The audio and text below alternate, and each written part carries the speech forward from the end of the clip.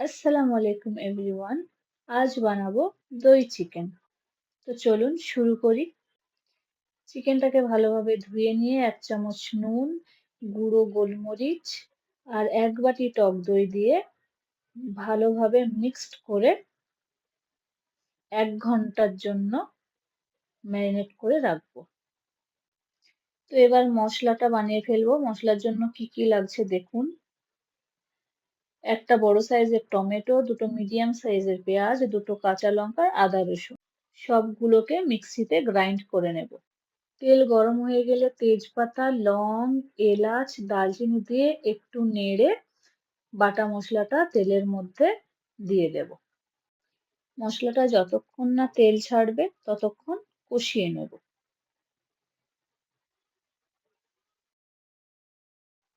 দেখুন মশলাটা খুব ভালোভাবে হয়ে গেছে, একদম তেল ছেড়ে দিয়েছে মশলার থেকে। মশলার মধ্যে মাংসটা দিয়ে ভালোভাবে মিক্সড করে নেব।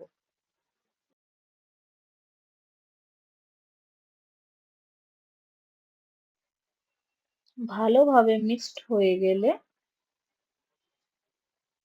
1 চামচ হলুদ, 1 চামচ ধনে গুঁড়ো, 1 চামচ কাশ্মীরি লঙ্কা গুঁড়ো, 1 চামচ জিরে গুঁড়ো দিয়ে আবার ভালোভাবে মিক্সড করে নেব।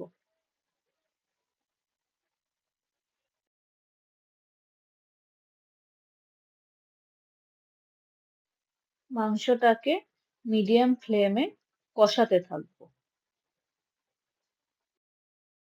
এবারে একটা ঢাকনা চাপিয়ে কষাতে থাকবো আর মাঝে মাঝে নেড়ে দেব। মনে রাখবেন গ্যাসটা যেন মিডিয়াম ফ্লেমেই থাকে, কারণ একবার মশলা যদি জ্বলে যায় তাহলে কিন্তু চিকেনের স্বাদটা খারাপ হয়ে যাবে। দেখুন চিকেন খুব ভালোভাবে কষে গিয়েছে, চিকেন আর মশলা থেকে পুরো তেল ছেড়ে দিয়েছে। এবার চিকেনের মধ্যে আমি 1 বাটি জল মিশিয়ে দেব।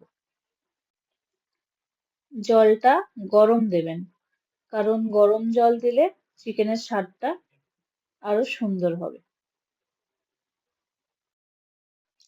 জলের সাথে চিকেনটাকে ভালোভাবে মিশিয়ে ঢাকা দিয়ে দেব। চিকেনটাকে 8 থেকে 10 মিনিটের জন্য অল্প আঁচে সেদ্ধ হতে দেব। তো দেখুন দই চিকেনটা একদম রেডি হয়ে গেছে। দই চিকেনের রেসিপিটা নান, ফ্রাইড রাইস, রুটি বা পরোটা সবার সঙ্গেই খুব ভালো লাগে। আপনারাও ট্রাই করবেন।